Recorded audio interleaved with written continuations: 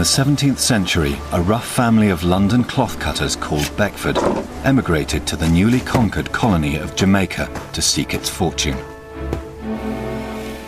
The Beckfords invested in sugar and slaves. Up, on your feet, on your feet.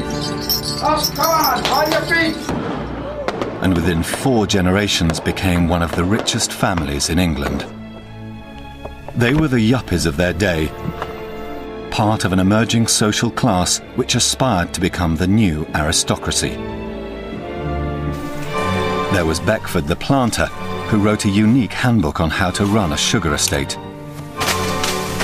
Out of every 4 African slaves, scarcely one produces a really efficient worker. And Beckford the playboy, who used sugar profits to bring about a revival in Gothic architecture. Some people drink to forget their unhappiness. I don't drink. I build. But he'd be best remembered for his part in a notorious sexual scandal. He told his life story to a biographer to try to restore his reputation. While slavery flourished and sugar sales boomed, the Beckfords' world was an orgy of greed and extravagance. But the industry that made them was built on human suffering and greed, and would eventually destroy them. This is the story of the rise and fall of Britain's richest slaving dynasty, the House of Beckford.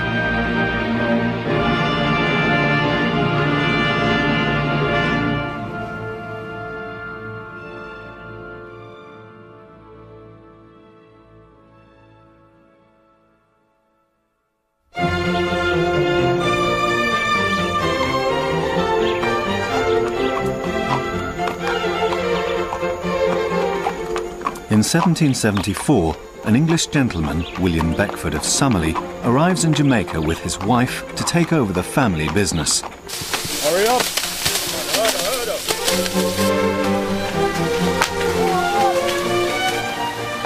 He's the 4th generation of Beckford planters. My father owned the 3 plantations on the Cabarita River, and on his death they became mine. At the time they were managed by representatives. Summerley inherits slaves, property, and 7,000 acres worth £120,000, more than $2 million at today's rates, near Jamaica's southern port of Savannah-la-Mar. Jamaica is the best country in the world. Fortunes may be made there, without question. They may also be lost. But an adventurer, investor, a speculator of imagination may certainly lift his fortunes in Jamaica. Summerley is new to the business of slavery, but keen to increase the profitability of his plantations. The largest of these is Roaring River.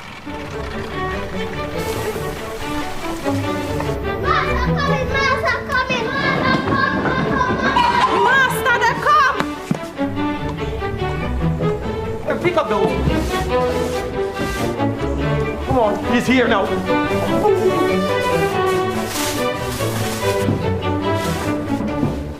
Oh, journey's end. Now we can get out of this infernal heat. Good afternoon, Master. Welcome home. Thank you, Caesar. Good afternoon. Welcome, Master. Hello. Handsome addition. Thank you. Good afternoon. What of Mrs. Beckford? Little is known about Summerley's wife, Charlotte, except that she was his first cousin. Home.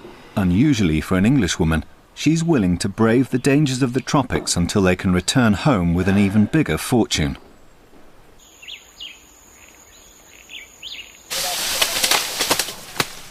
Summerley wastes no time heading out to the cane fields. The British have been in Jamaica since 1655, when they took the island from the Spanish.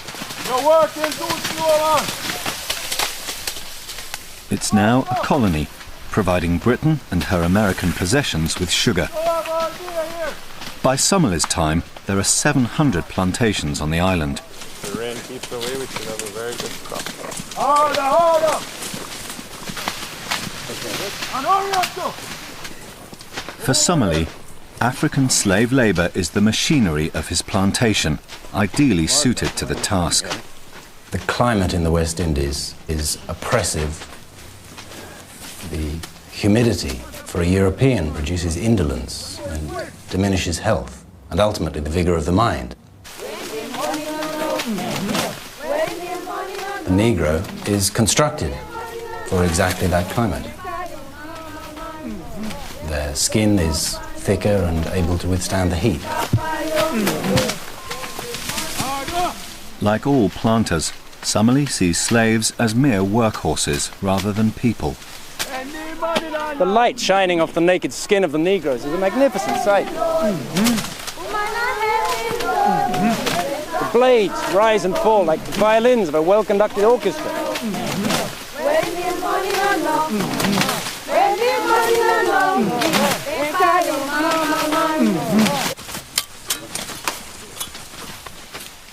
A uniquely detailed inventory of his father's property shows that Summerlee inherits 910 slaves worth £36,000. The Roaring River plantation alone has 84 men, 92 women, 80 children and 3 runaways. We know their names, their jobs and the amount that they are worth. Each one is given the Beckford name as a sign of ownership, and it's still a common surname in Jamaica today. Moving too slow.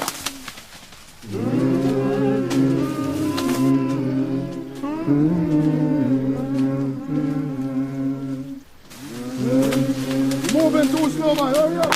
The use of forced slave labour demands a harsh control system. Summerlee employs a white overseer who manages 4 black drivers, privileged slaves who harass the field hands. Hurry up. Hurry up. Brutality and fear are the instruments of the regime. Tell the drivers no more rest days till the harvest is in. Yes, sir. While Summerlee is on the ground making money, his cousin, William Beckford of Font Hill, is in England spending it as the new head of the Beckford dynasty.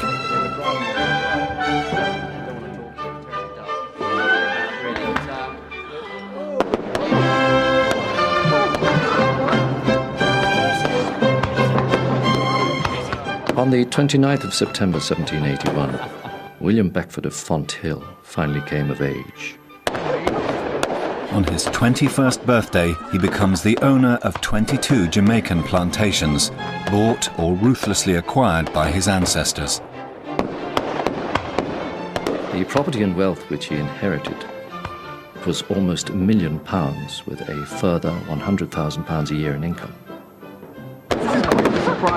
This enormous fortune leads the poet Byron to describe him as England's wealthiest son. William's coming of age is a moment of great relief for his ambitious mother, Maria. She's fought off rival claims to her only son's fortune since the death of his father when he was 9. My father increased the family wealth in Jamaica and then came back to London, where he became Lord Mayor of London twice. Actually, he made quite a name for himself. People used to call him the Great Beckford. Maria appoints a trusted family friend, lawyer Thomas Wildman, to manage William's affairs. Between them, mother and lawyer will attempt the challenging job of guiding and controlling this frivolous young man.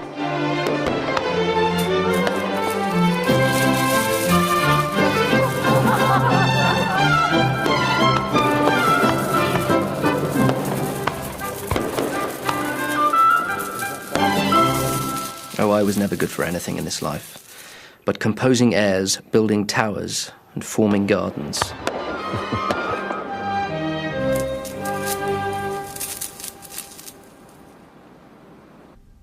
Now wealthy and respectable, the Beckfords brush under the carpet their family's dark history in the Caribbean.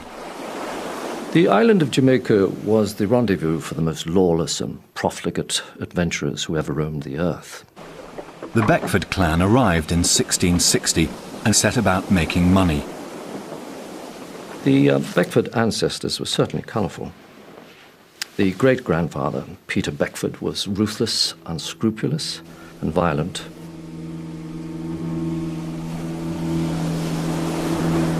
The Beckford grandfather, another Peter Beckford, a Speaker of the Jamaica Assembly, shamefully murdered in cold blood the Deputy Judge Advocate.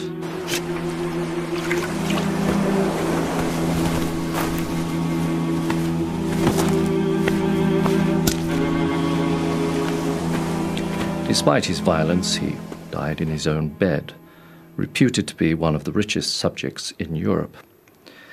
When his strongbox was opened, the greater part of £1 million was discovered, hoarded up. The largest share of the family's huge fortune has come to Beckford of Fonthill. He lavishes his extraordinary wealth on treasures, books, paintings and ceramics. Happy are those with plenty of money. Their kingdom is come, their will is done upon earth, if not in heaven. Beckford buys beautiful objects to distance himself from the origin of his wealth, with its unsavoury whiff of commerce and slavery. Art is something that you have to feel inwardly, you have to feel it inside. It's not something that you can just admire. Mere admiration will not do. People pretend to be struck by an object of art, but that's only because people around them are being struck by the same thing. Fonthill's expensive tastes challenge the patience of his lawyer, Thomas Wildman, who sets his monthly allowance according to sugar profits. He sets too much value on the things that money can buy. The enjoyment of gildery and painting is momentary. Well, what use is money if you can't spend it? How Wildman could seriously think that I would leave a single farthing of my allowance undrawn, I have no idea. Wildman's job is to run the Beckford sugar business and fight off ancient claims to his estates. Fonthill also trusts Wildman to protect him from fraudsters. The whole world believes that Mr. Beckford is groaning under so heavy a burden of riches that anyone who can take part of that weight from his shoulders is doing him an essential service. While Fonthill glosses over the source of his wealth, Summerlee is at the sharp end of the business, driving the pace of sugar production. Sugarcane is the first agricultural product in the world to go through an industrial process before going to market. The word factory is first used in English to describe the Jamaica boiling houses. During harvesting, slaves work a shift system. This is the actual factory, which is working day and night at the moment during the harvest, because if we leave the cane to stand for any time, the sugar begins to spoil and is less productive. John, bring a piece of cane. Snap that off and taste that. Very good. A tour of the factory is popular with visitors to the island. Oh, Ben. We set off down to the sugar works and examined the whole of the sugar making process, which is very curious and entertaining. I asked the overseer how long the workers worked at their particular jobs before he relieved them. 12 hours, every 12 hours. How terrible. But sometimes they fell asleep, and if they fell asleep, their hand would get caught in the millstone. Well, if a slave's hand were to get caught in the crusher, we have to use the axe to extract it. We can't afford to stop the mill. It has to keep going every hour of the day. I would say I would never want to have a sugar estate. Sugar is, I think, unique in that every inch of the plant is used. The trash, the tops of the canes and the leaves are used to fuel the distillation process and the clarification process, and therefore it's self-contained. It also provides food for the labour and fuel for domestic cooking and a building material. is where the juice is transferred directly from the press into the clarification vat, and the solids taken off the top, the sediment taken off the bottom, and the syrup reduced in successively smaller coppers until it starts to granulate, and then we can transfer that into hogsheads to cool and transport to market. Work in the boiling house is hot, dangerous and highly skilled. Should we move away from the heat? The slaves are allowed to sample the syrup while it's hot. Once we start the cooling. Water, bring the water.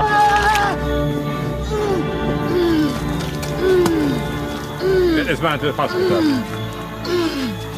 You, take his place, take his place. Back to work, everybody, back to work. Back to work.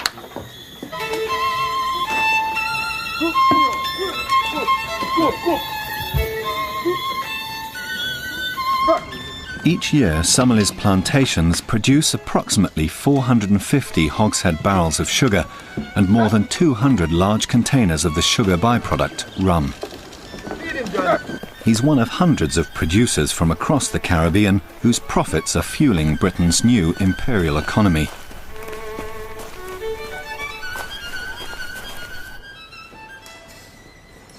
The quantities of sugar pouring into Britain transform a once luxury item into a staple food. Even the poorest can afford a spoonful of sugar from Jamaica for their tea from China. The British love affair with puddings, biscuits and cakes dates from these boom years. Sugar is creating a new diet and new millionaires.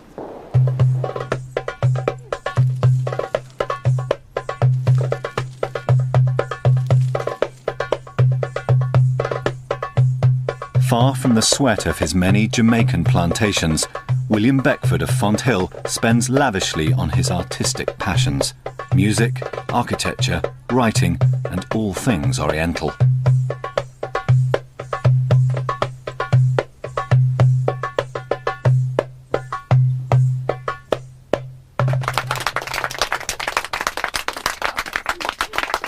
And Fonthill has talent. He makes the first English translation of the Arabian Nights fables and writes a Gothic novel about a sultan called Vathek. Vathek's pride arrived at its height when, having ascended for the first time the 1,500 stairs to his tower, he cast his eyes below and beheld men not larger than ants, mountains than shells, and cities than beehives.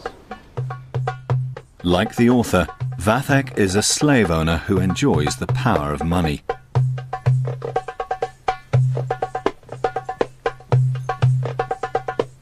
In the story, Vathek builds a great tower, an image that will obsess Fonthill throughout his life. Assist him to complete the tower, which in imitation of Nimrod he hath begun, not like that great warrior to escape being drowned, but from the insolent curiosity of penetrating the secrets of heaven. There was one subject upon which everyone was agreed, and that was that Beckford was in danger of turning into his own creation, Vathek, a half-human, half-demon sort of creature. Vathek becomes so admired by Byron that he calls it his gospel. In fact, Fonthill has the right education and the right contacts. The late Prime Minister Pitt the Elder was his godfather, and the Chancellor Lord Thurlow is his mentor. He even claims to have had music lessons from Mozart. When I was about 5, Mozart was my piano teacher for a while. He was over in London on a visit. He was about 8, but already an international figure. In fact, I wrote something that he liked so much that he used it for the marriage of Figaro. Da da da da da da da da da da da da da, etc., etc., etc.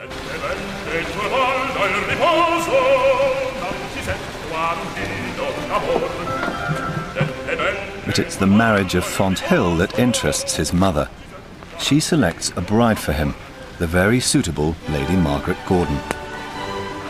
Margaret was slender and delicate, and she had the most beautiful, white, smooth arms, and her cheeks used to blush the colour of a rose. She was a charming creature, artless, uncomplicated, and absolutely no pretensions to intellect whatsoever. The marriage, though, doesn't end an existing attachment. Fontale's grand passion is for a 16-year-old schoolboy, William Courtney, heir to Powderham Castle in Devon. I think of all the creatures with which I've been acquainted, male or female, Courtney was the one who I felt had been created in my mould. In an era when sodomy is a hanging offence, Fontale's obsession threatens the future of the Beckford dynasty.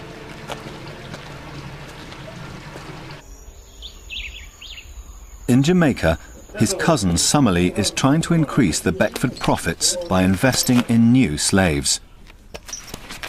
He believes the flow of fresh slaves from Africa is essential for the survival of the sugar business.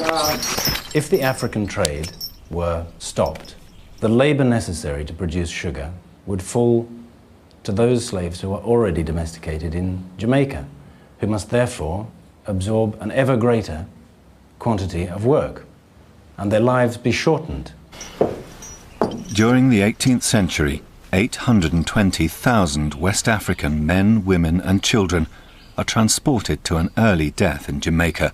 Thousands more die at sea. Fine cargo? Yes, a good lot. Slaves are a planter's most expensive outlay. They cost anything from £5 to £100 each, depending on age, gender, health and skills, and the rise and fall of sugar prices. No smallpox? No, not in this lot. Good. They are traded at auctions or scrambles. Up, on your feet, on your feet. Up, come on your feet. A scramble is a brutal free-for-all in which the planters literally fight for those they want to buy.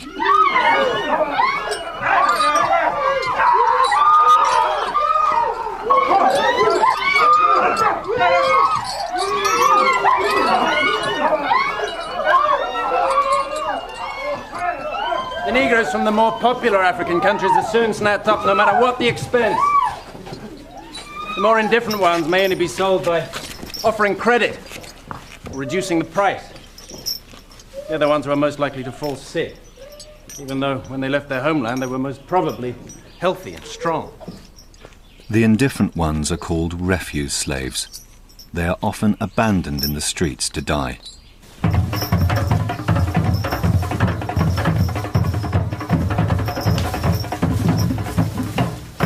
Summerlee names his new acquisitions.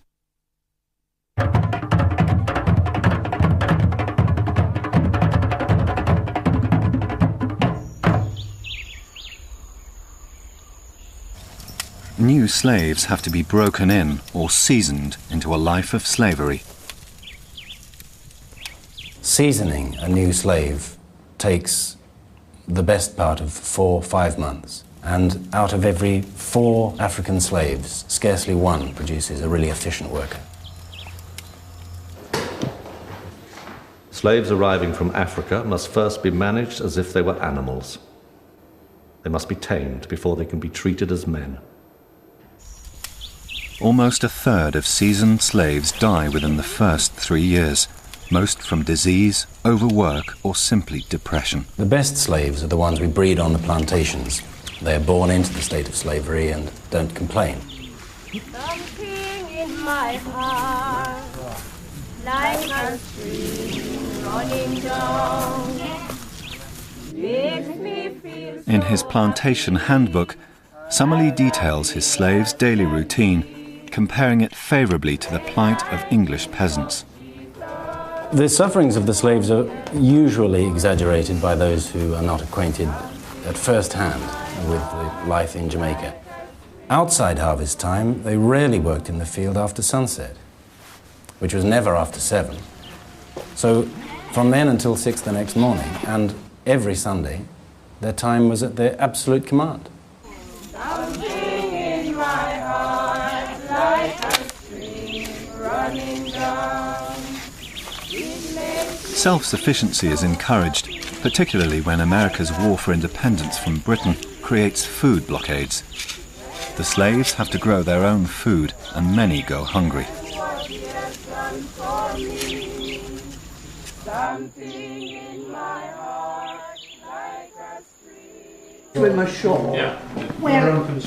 By contrast, planters live an extravagant lifestyle, paid for by credit. They've got into the reckless habit of consuming profits from crops not yet harvested. White society in Jamaica is much too addicted to expensive living, costly entertainments, rich clothes. If only they were more abstemious and paid more attention to the productivity of their plantations, many more of them might have amassed considerable fortunes. I would imagine. For visitors, the excess of Jamaica can be overwhelming. Such eating and drinking I have never seen. There was loads of food, all sorts of meats, highly seasoned, jellies, gallons of wine, hot and cold chicken, fish, stews, fries. It was quite disgusting. Of course, some of the native plots of land. The white community sticks together for companionship and security, with owners and employees dining at the same table. The whites number only 20,000, surrounded on an island by 200,000 slaves. They feel particularly unsettled by the campaign against slavery, which is finding support in England. So-called philanthropists across the seas are blind to the true interests of their own country. There are plenty of people in England in need of the pity and the protection they're so anxious to give the Africans. I once interviewed a slave and asked him would he like to be returned to his home country. You know what he said? He said that in Jamaica he has food, clothing and a good house. But in Africa he'd be destitute. Many of the Europeans, the peasantry is destitute although free. I simply hope that some of the compassion that is felt for the slave is also felt for the planter. We lose so many slaves through natural disasters, torrents, trees falling, not to mention sickness. The loss of them would be the ruin of us all. Well, it's very easy to criticise, but they still eat the sugar and they still drink the rum. Thomas Thistlewood is the overseer of a neighbouring plantation. Jamaica has raised him from poverty in England to a position of almost unchecked power. Get the wage, yeah? £200. Yeah? Like many planters, Thistlewood is sexually predatory. To your private stock. Pays for the expansion. White men live immorally with their female slaves. And until they improve their own morality, there is no chance of us teaching the Negroes decency and religion. Well, we'll find out next weekend.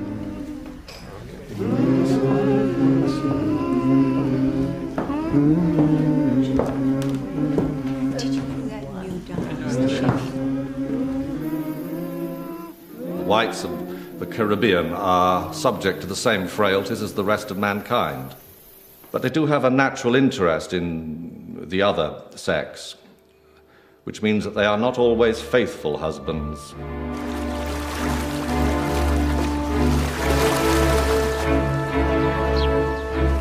Cushioned by his money and feeling above the judgment of the rest of the world, William Beckford of Fonthill indulges his dangerous obsession with the 16-year-old William Courtney.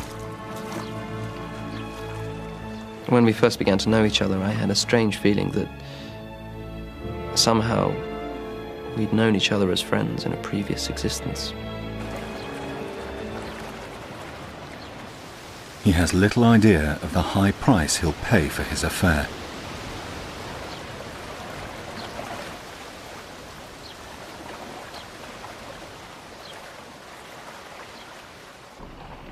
While Courtney is away at school, Fonthill dabbles in politics, taking up his family's Rotten Borough parliamentary seat.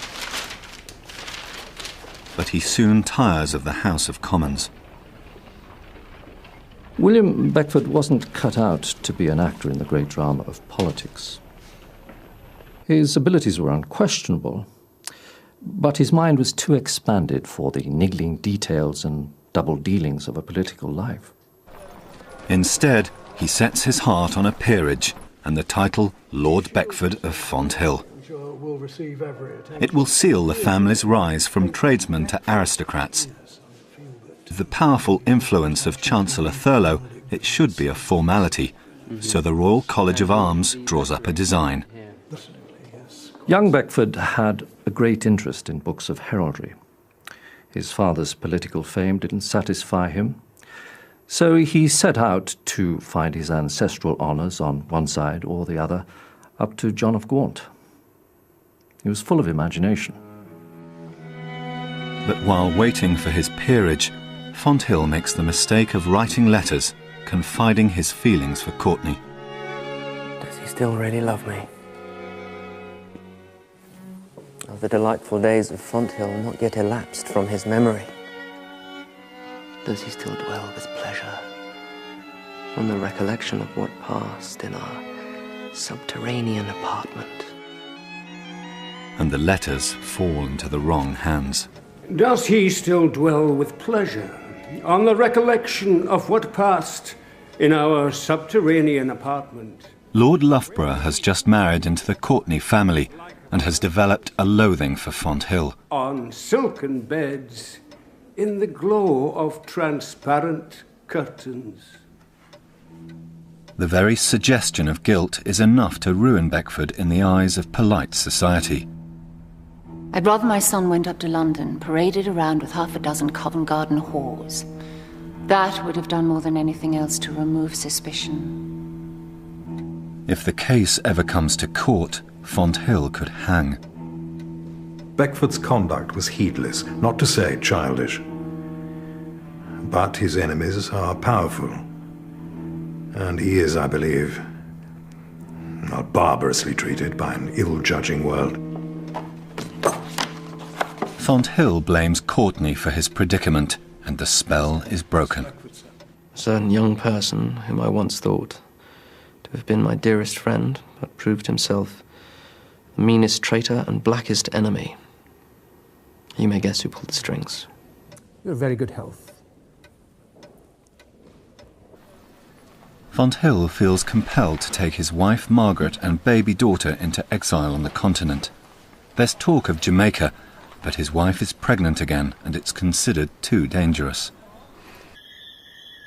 Disease-ridden Jamaica is notorious for its high infant mortality, but among the slaves the risks are even higher.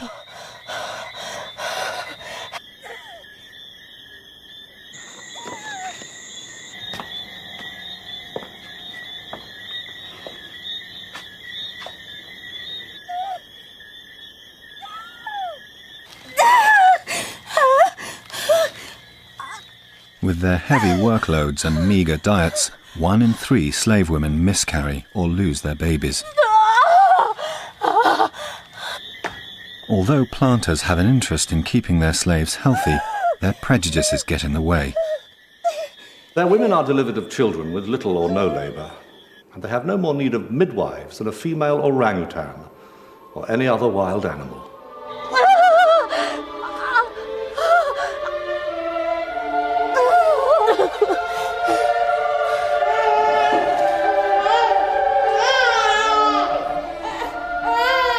5,000 miles away, Fonthill gains a second daughter, but loses a wife.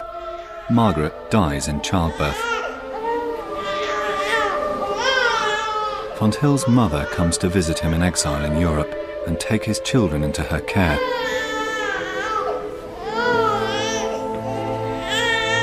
She will protect them from their father's disgrace and mould the next generation of Beckfords.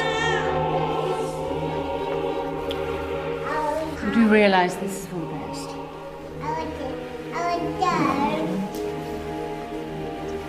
Nurse, take Margaret's hand. He's left alone with his regrets and the blame of society.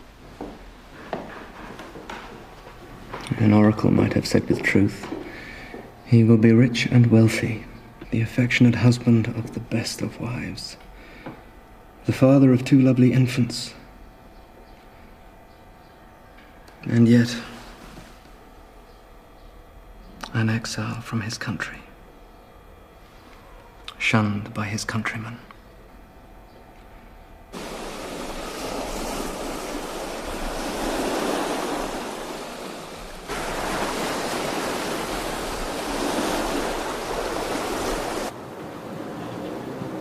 A brief, unhappy visit to England convinces Fonthill that it's too soon to return home.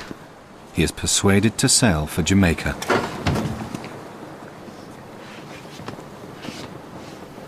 The more I hear of Jamaica, the more I dread the climate, which I fully expect will wither my health away.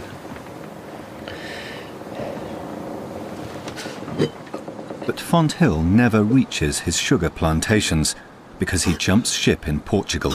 Seeing this, his business advisor, Thomas Wildman, is about to seize his chance. It is said that this trade in sugar has a powerful effect on a man's ethics and principles. I would go so far as to say that it changes a man entirely. Tempted by the financial opportunities of Jamaica, Wildman sizes up one of his employer's landholdings known as Quebec. It was reported back to me from Jamaica that Beckford owned a fine run of virgin land at Quebec, which could be settled into a good sugar works at very little expense.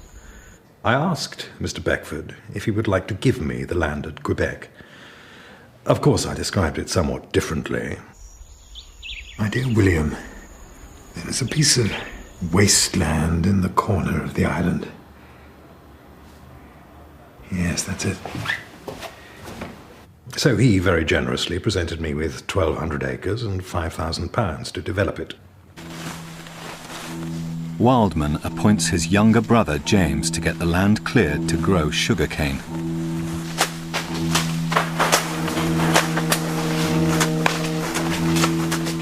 Within months, they've poached 823 of Fonthill's slaves, leaving the Beckford plantations neglected. Well, how was he ever going to find out? Quebec made us a considerable sum.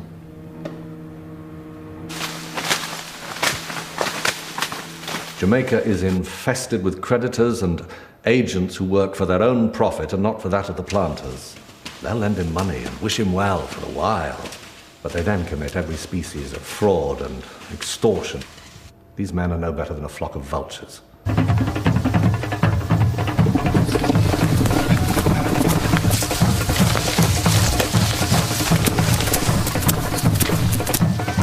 While absentee landowners risk being cheated, planters on the ground have their own problems. Each year, slaves attempt to run away, losing them productivity and spreading discontent. Some disappear for only a few days to see family. Others head for the mountains to join groups of rebels.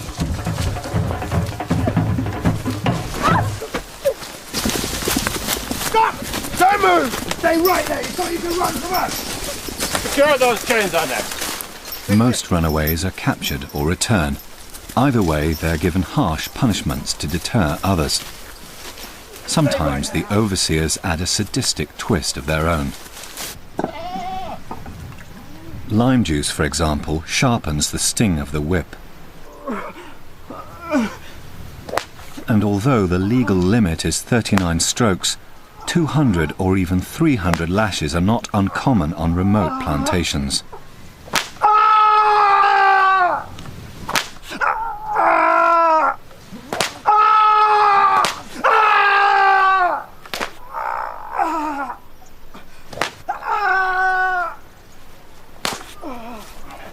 The Negroes are not burdened with the experience of anticipation, so the punishment when it comes is unexpected and sudden.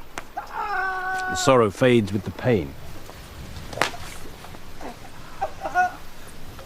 The planters of the island of Jamaica have been unjustly accused of treating their Negroes with cruelty. But the truth is that these men inherited their slaves in much the same way as a man in England might inherit the lands and estates of his ancestors. In fact, there is no man in England who possesses more charity and clemency than the planter. So if there are instances of cruelty, They must happen without his knowledge. Whipping, mutilation, even execution are seen as acceptable penalties.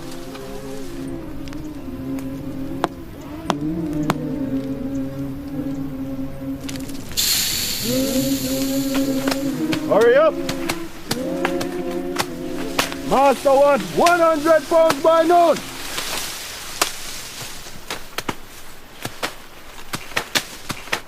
However hard the slaves are worked to produce sugar, yields gradually fall on older estates as the soil becomes exhausted. And Jamaica faces growing competition from other Caribbean sugar producers like Cuba and Haiti.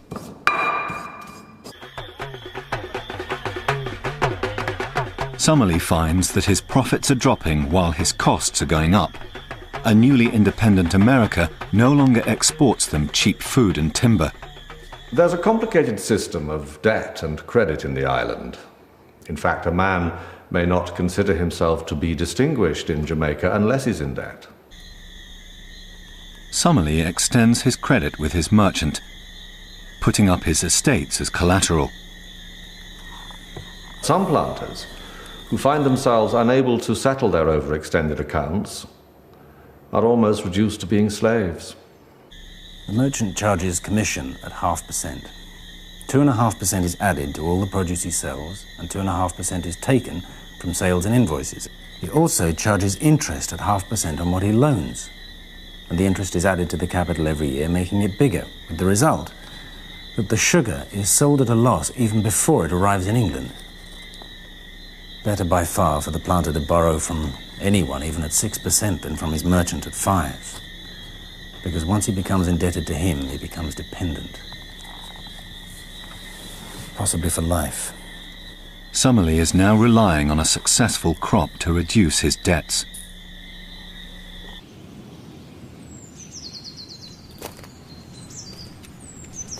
After years shifting restlessly across Europe, William Beckford comes home to Fonthill. He remains ostracized by polite society and responds by building a 7-mile wall around his Wiltshire estate to shut out his enemies. How's it progressing here? Very well, sir. Yes. I have been hunted down and persecuted. So I retreated into the center of my gloomy circle, like a spider into the midst of its web. Alone, Fonthill decides to emulate his fictional Sultan Vathek and build a pleasure tower. But it's destined to become something much greater. Yes, here is the position. Yes. Very attractive position. Fashionable royal architect James Wyatt is chosen to draw up the design. Shrubbery drawing one's eye.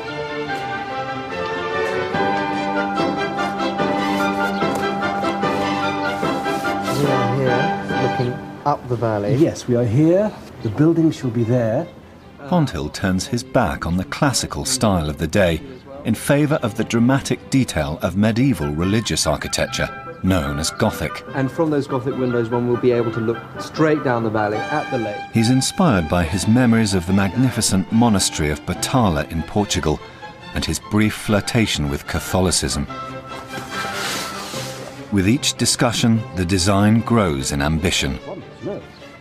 I had wanted it to be the most spectacular house in England. Soon the building takes on the shape of a cross, with a nave, transept, and stained glass windows. There is the magnificent oriel window of painted glass. There is the spiralling staircase up to the observation chamber. The centerpiece was the tower from where you could look down upon the world. Yeah, you can see more clearly. Finally, it finds form as a great abbey in which Fonthill plans to live. I'd wanted its scale, its moody romanticism, to instill a sense of religious awe in the beholder. Evergreens.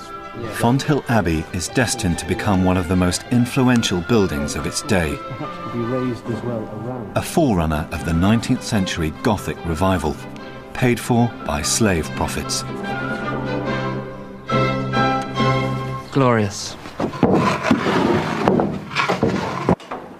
Fonthill bribes workmen restoring Windsor Castle to come and build the abbey. Work goes on round the clock, just as in his sugar factories. There were never less than 100 workmen or superintendents at the abbey, sometimes 200, and on one occasion 500. The abbey under construction at night was truly stupendous. There must have been hundreds of workers, some of whom holding torches, swaying in the darkness, casting shadows high up on the tower and down below into the gulf of darkness. And then you'd hear their voices reverberating in the still of night. They were like voices from hell itself.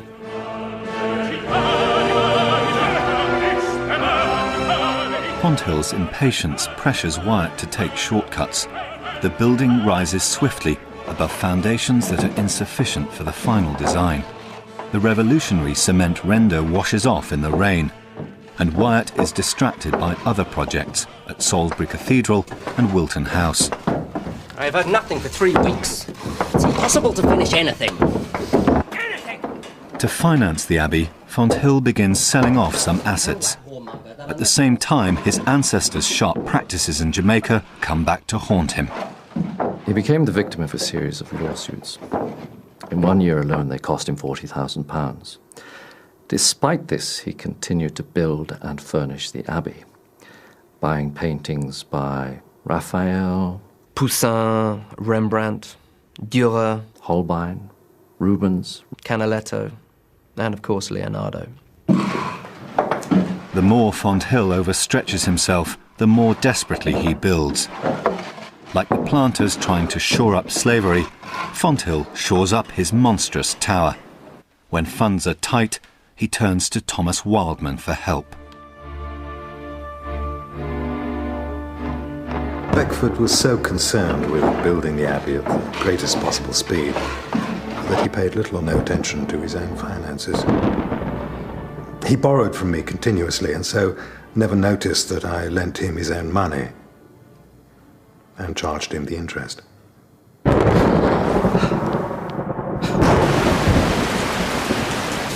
And there's more bad news for the Beckfords.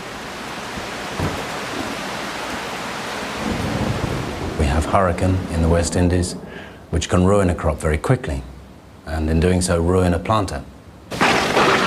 For several seasons, the island is hit by terrible storms, the last thing Summerlee needs.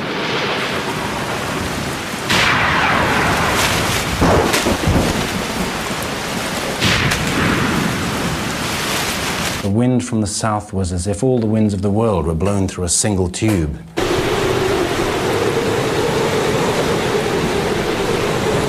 The devastation we experienced was incomparable.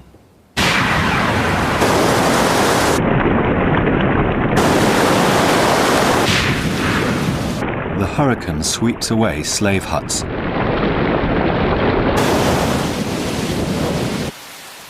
Flattens crops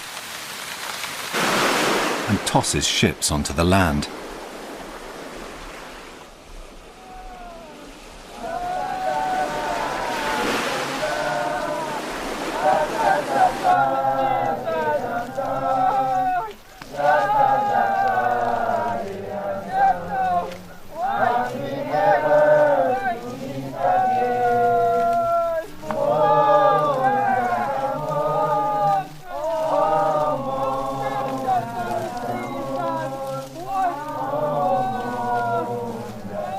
Without a crop, Summerlee cannot keep up his interest payments and will lose everything. As the slaves bury their dead, he mourns his own dreams of prosperity.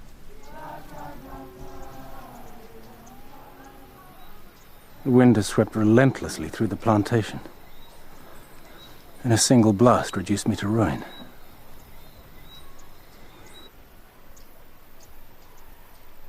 The scale of the disaster reverberates throughout Britain. Even Fonthill, with his superior wealth, has to take notice. The abbey is hemorrhaging money, and his income is plummeting. My sugar affairs grow worse every day, and I have to use much caution not to become a total bankrupt. This is killing me. to lose my properties with no benefit.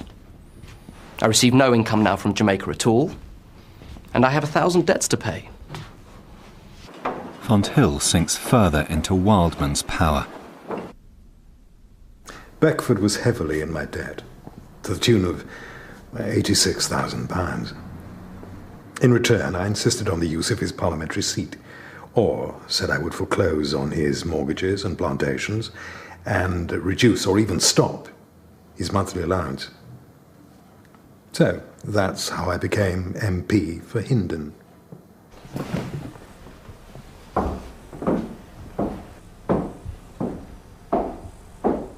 The sugar bubble has burst, leaving Jamaica reeling. Until it recovers, the only winners are the creditors. In 13 years in Jamaica, I never knew a property to be redeemed once it had fallen into the possession of the mortgage company, even if the property was large and the debt trifling. Summerlee returns to England, leaving a trail of debt. He brings with him rumours about the Wildman's dubious activities. I suspect that we're closely watched. Once, when my brother James came over to England on business, he dined at a house where Beckford's cousin, Summerlee, was staying. James was alarmed to hear Summerlee repeating rumours he'd heard in Jamaica, claiming that if James continued as manager, our family would soon own all of Beckford's property. It may not be so far from the truth.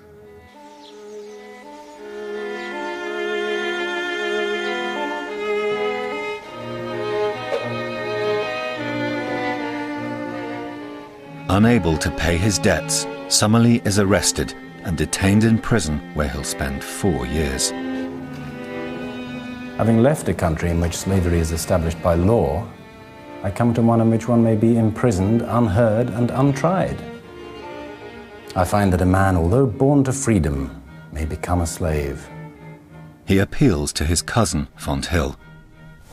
One year, Beckford received a letter from his cousin Summerlee from the Fleet prison in London. It told how he had been unjustly imprisoned for some trivial debt. For the sake of family honour, Beckford sent him £500 to settle with his most impatient creditors. It's while in prison that Summerlee writes an account of his years as a plantation owner, earning himself the nickname of the planter historian.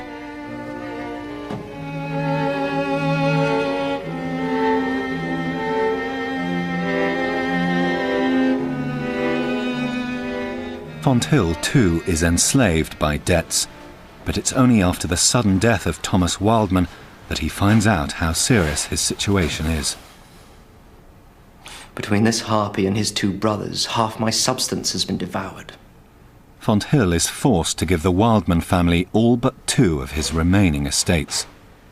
I've known Thomas Wildman since I was a child, and I've always felt a strong sense of gratitude towards him for the fatherly affection that he showed towards me, and the brilliant way in which he dealt with my affairs. So you can imagine how betrayed I feel.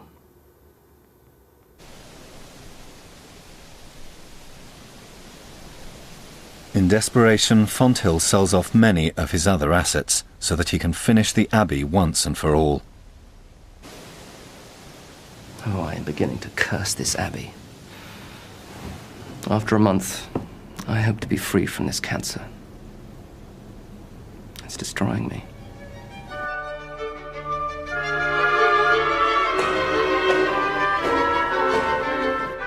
Finally, in 1822, Fonthill Abbey is complete. Britain's first major Gothic building since the Reformation dominates the Wiltshire landscape.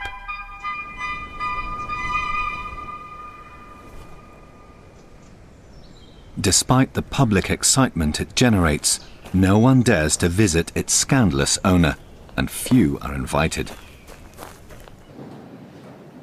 Fonthill rattles around his drafty mausoleum, attended by a few staff and a dwarf called Piero. One rare visitor is Sir Richard Hoare from the neighbouring estate at Stour Head. He's given permission to describe the abbey for his history of Wiltshire.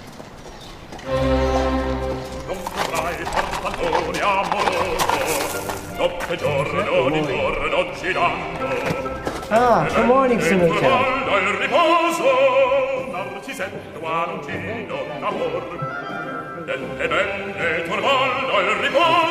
But he calls when he thinks the controversial owner is away.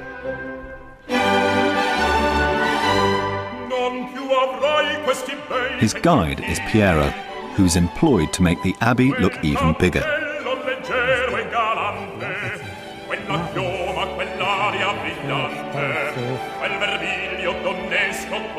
The dining room. Sir Richard, welcome to the Abbey. Sir Richard, though, pays for his day at Fonthill. He's castigated by society for talking to such a man. In keeping with the times, it's Fonthill's homosexuality, not his ownership of slaves, that causes offence, even years after the scandal. Oh, I don't give a farthing about the buzz of gossip. The slander in the world's newspapers, well, it amuses me rather than alarms me. And I toss libellous letters from unknown correspondents into the fire, unopened. Fonthill has other worries these days. After 18 years' work on the abbey, he must sell it to avoid bankruptcy. The rule of the Sultan of Fonthill is at an end.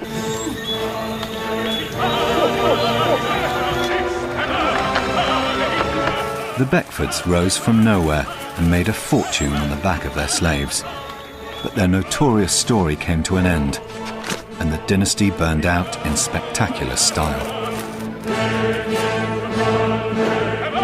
All that was left was the abbey. But this monument to human suffering and Beckford pride was built on unsupportable foundations.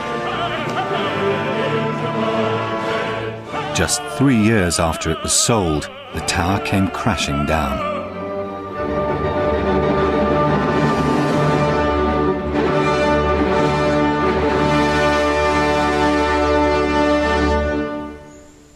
The tower falling was an unfortunate accident, but it purged me of Fonthill Abbey.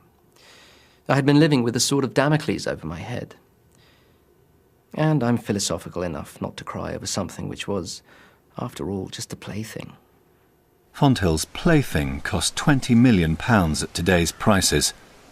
It's been estimated that more than 3,000 slaves were worked to death to pay for its construction. Discover how the forgotten legacy of slavery lives on in modern Britain with a free interactive CD from the Open University. To order and receive details of all Open University programmes, call 0870 900 0311. For more information, go to bbc.co.uk/history.